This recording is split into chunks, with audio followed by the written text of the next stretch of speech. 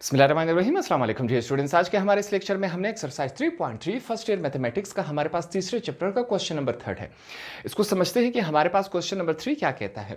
Find a unit vector which is orthogonal to both the vectors. कहता है हमारे पास इस क्वेश्चन में हमारे पास दो वेक्टर्स दिए गए हैं। ठीक है, हमने क्या फाइंड आउट करना है, यूनिट वेक्टर फाइंड आउट करना है। कौन सा यूनिट वेक्टर फाइंड आउट करना है, जो कि ऑर्थोगोनल होना चाहिए। अब ऑर्थोगोनल क्या होता है हमारे पास, जो कि परपेंडिकुलर हो, जो कि 90 डिग्रीज का एंगल बना रहा हो, तो उसे हम क्या कहते हैं, ऑर्थोगोनल कहते हैं। वैसे तो ऑर्थोगोनल का लफ्ज मुख्तलिफ जगहों पर मुख्तलिफ मीनिंग निकालता है। यहाँ पर मैथमेटिक्स में हम ऑर्थोगोनल से क्या मीनिंग निकालेंगे, जो कि 90 डिग्रीज बना रहा हो, परपेंडिकुलर हो। एग्जाम्पल के तौर पर ये हमारे पास क्या है, ये वाला लाइन। अब ये जो लाइन है ये क्या है, 90 डिग्रीज बना रहा है। ये क्या हुआ, हमारे पास ऑर्थोगोनल है।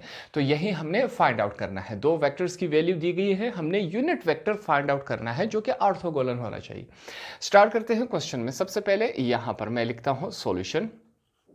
सॉल्यूशन के बाद यहां पर मैं क्या लिखूंगा, हमारे पास वेक्टर ए दिया गया है जिसकी वैल्यू क्या है, i minus 2j plus 3k, ये वैल्यू दी गई है। सेकंड वैल्यू हमारे पास क्या है, सेकंड वैल्यू हमारे पास है 3i, ठीक है, माइनस 2j प्लस के, ये वैल्यूज दी गई हैं। हमने क्या फाइंड आउट करना है, हमने यहाँ पर क्या काम करना है, ए वेक्टर को मल्टीप्लाई करवाना है बी वेक्टर के साथ। ठीक है, ये काम हमने यहाँ पर करना है।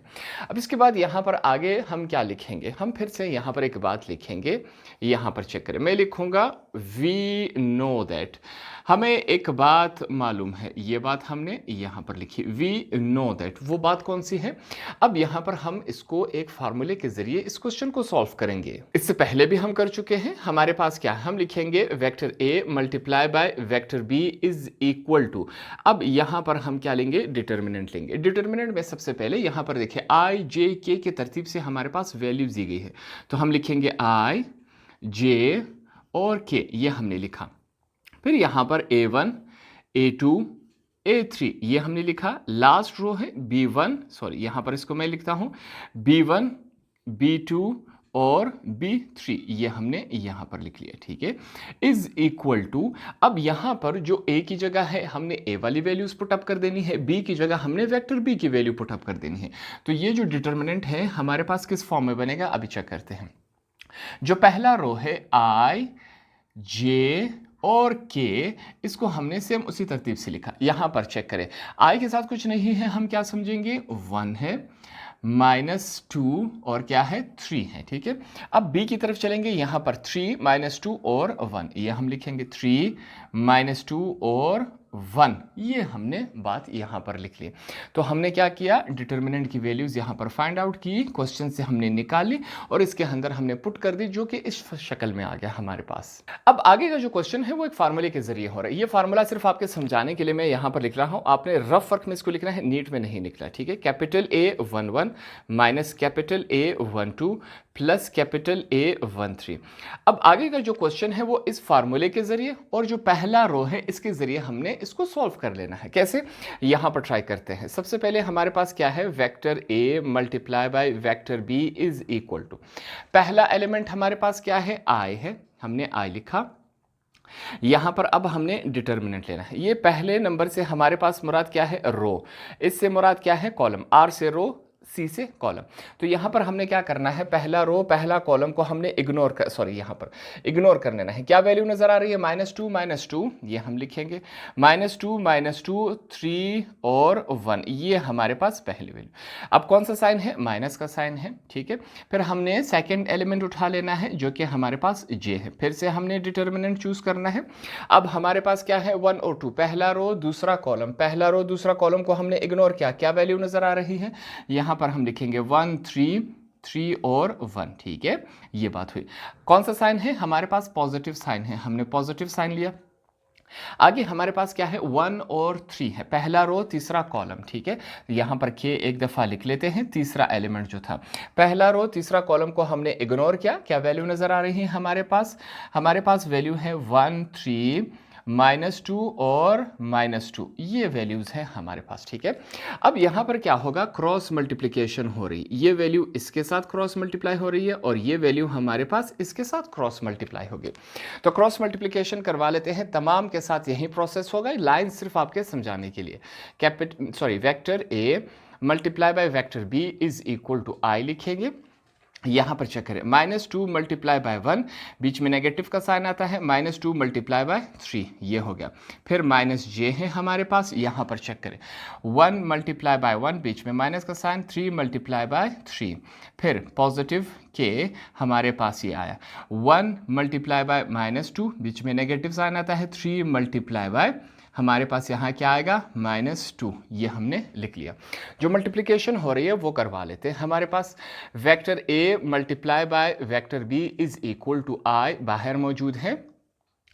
अब माइनस प्लस माइनस 2 1 जार 2, माइनस माइनस क्या हो जाता है, +2 3 जार 6, ठीक है। माइनस जे हम लेंगे, 1 multiply by 1 plus minus minus 3 3 जार 9 हो गया।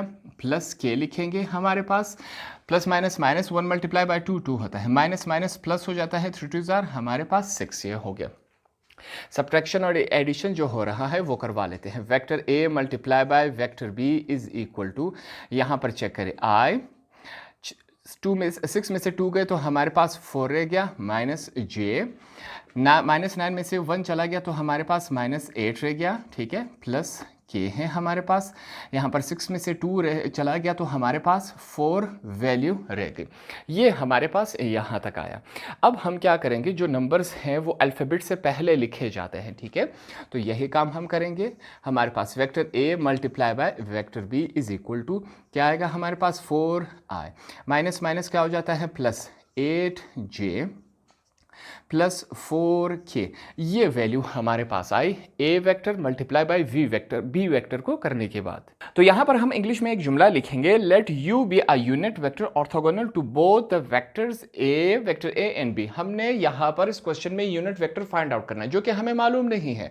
इस जुमले में हमने लिखा है जो यूनिट वेक्टर जो हमें मालूम नहीं है उसकी जगह हम u को एज अ यूनिट वेक्टर ले रहे हैं जो कि ऑर्थोगोनल है किसका, वेक्टर ए और वेक्टर बी का। तो इस क्वेश्चन को आगे चलते हैं। हमारे पास यहां पर हम एक फार्मूला लिखेंगे, उसके हमने क्या लिया, u को एज अ यूनिट वेक्टर लिया। अब यहां पर क्या आएगा, vector a multiply by vector b, ठीक है, होल का अपॉन यहां पर magnitude vector a multiply by vector b का, ठीक है। हमारे पास vector a multiply by vector b की वैल्यू यहां पर मौजूद है, ठीक है। हमारे लिए इसको निशान करने के लिए मैं इसे इक्वेशन 1 का नाम दे रहा हूं, ठीक है। अब यहां पर हमारे पास इसकी वैल्यू तो आ चुकी है, नीचे वाले मैग्नीट्यूड की वैल्यू हमारे पास मौजूद नहीं है। तो सबसे पहले हम क्या करेंगे, इस मैग्नीट्यूड को फाइंड आउट करेंगे। उसका प्रोसेस क्या है, हमारे पास पिछले क्वेश्चंस में हम सीख चुके हैं, यहां पर फिर से सीखेंगे। Vector A multiply by vector B is equal to, यहां पर हमने इसको इस फॉर्म में फाइंड आउट करना है, ठीक है। यहां पर जो ए और बी ये वाला है, यहां से हमने तमाम नंबर्स उठा के यहां पर आपस में ऐड करने हैं और इनके ऊपर स्क्वायर लगा लेना। जैसे कि यहां पर 4 है, 4 के ऊपर हमने स्क्वायर लगा लिया। फिर हमारे पास क्या है, पॉजिटिव साइन लगा के 8 है, 8 के ऊपर स्क्वायर लगा लेंगे। फिर हमारे पास क्या है, 4 है, 4 के ऊपर हमने स्क्वायर लगा लिया। अब इसको आगे सॉल्व करते जाएंगे। हमारे पास क्या आएगा, magnitude A multiply by magnitude B is equal to, यहां पर चेक करें 4 4 जार 16 प्लस 8 8 जार हमारे पास क्या होता है 64 प्लस 4 4 जार फिर से हमारे पास क्या होता है 16 होता है।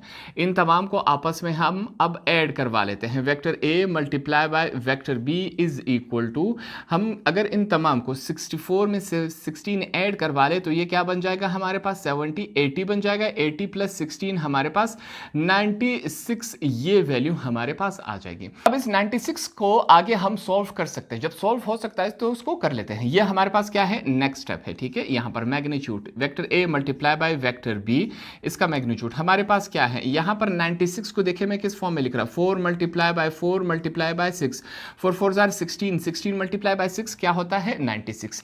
ये भी 96 है, ये भी 96 है, ठीक है हमारे पास। अब आगे चेक करें, यहां पर फिर से मैं लिखूंगा ये हमने लिख लिया, ये वाला साइड इज इक्वल टू, यहाँ पर देखिए अब इसको मैं किस फॉर्म में लिख सकता हूँ, मैं लिखूंगा 4 का स्क्वायर डॉट मल्टीप्लाई बाय 6, इनको आपस में मल्टीप्लाई करवा लिया जाए, वापस क्या बनता है 96 बनता है। 4 का स्क्वायर क्या होता है 16 मल्टीप्लाई बाय 6 क्या होता है 96, ठीक है। तो अब लास्ट में चेक करें हमारे पास इसकी वैल्यू क्या बनी, vector A multiply by vector B, इसका मैग्नीट्यूड यहाँ पर ये जो 2 है इसके साथ कैंसिल हो गया, क्या बच गया हमारे पास 4 रह गया, ठीक है। अगला जो स्क्वायर रूट है वो सेम एज इट इज रहेगा, उसके अंदर क्या है 6 है। तो अब हमारे पास क्या हुआ, इस फार्मूले में ऊपर वाली vector A multiply by vector B, इसकी वैल्यू हमने फाइंड आउट की थी, ये थी हमारे पास magnitude A vector multiply by B vector, इसकी वैल्यू हमारे पास ये आई, दोनों वैल्यूज उठा के इस फार्मूले में पुट अप करते हैं, ठीक है। अब देखते हैं हमारे पास क्या आता है, यहां पर चेक करें, ये इज इक्वल टू, इसकी जगह हमने इसका अपना जो वैल्यू है हम वो लिखेंगे 4i प्लस 8k, सॉरी जे, यहां पर इसको करेक्शन कर ले, 8j प्लस 8k, ये हमने यहाँ पर लिख लिया होल का अपॉन, अब इसकी मैग्नीट्यूड की जगह उसकी वैल्यू लिख लेते हैं जो कि हमारे पास क्या है 4, हमारे पास है 4 रेडिकल 6। यहाँ तक बातें क्लियर हो गई। अब नेक्स्ट स्टेप में हमने क्या करना है, ये आपके समझाने के लिए हमने लेना है टेकिंग कॉमन, ऊपर वाले हिस्से में हमने कॉमन चूज करना है, ठीक है। यहाँ पर कॉमन चूज कर लेते हैं। अब देखते हैं कॉमन हमारे पास ऊपर वाले हिस्से में किस फॉर्म में आता है, ठीक है। कॉमन वो होता है जो किसी न किसी सूरत में मौजूद हो, जैसे कि यहां पर चेक करें, हम कहते हैं कि ऊपर वाले हिस्से में हमने 4 को एज अ कॉमन लिया, ठीक है।